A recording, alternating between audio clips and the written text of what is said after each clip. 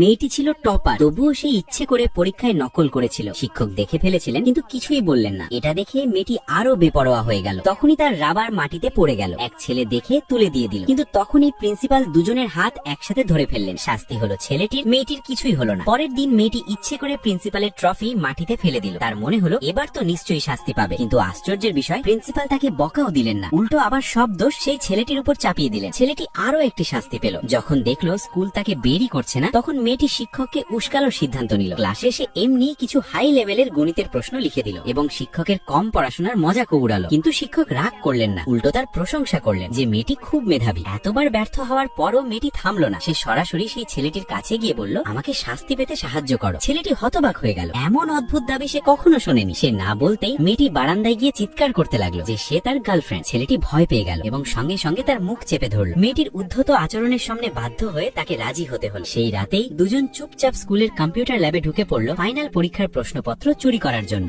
যেই মেয়েটি কপি করতে যাচ্ছিল, হঠাৎ সামনে দিয়ে এক ছায়া চলে গেল। এখন বলো, এবার কি সত্যি মেয়েটি শাস্তি পাবে?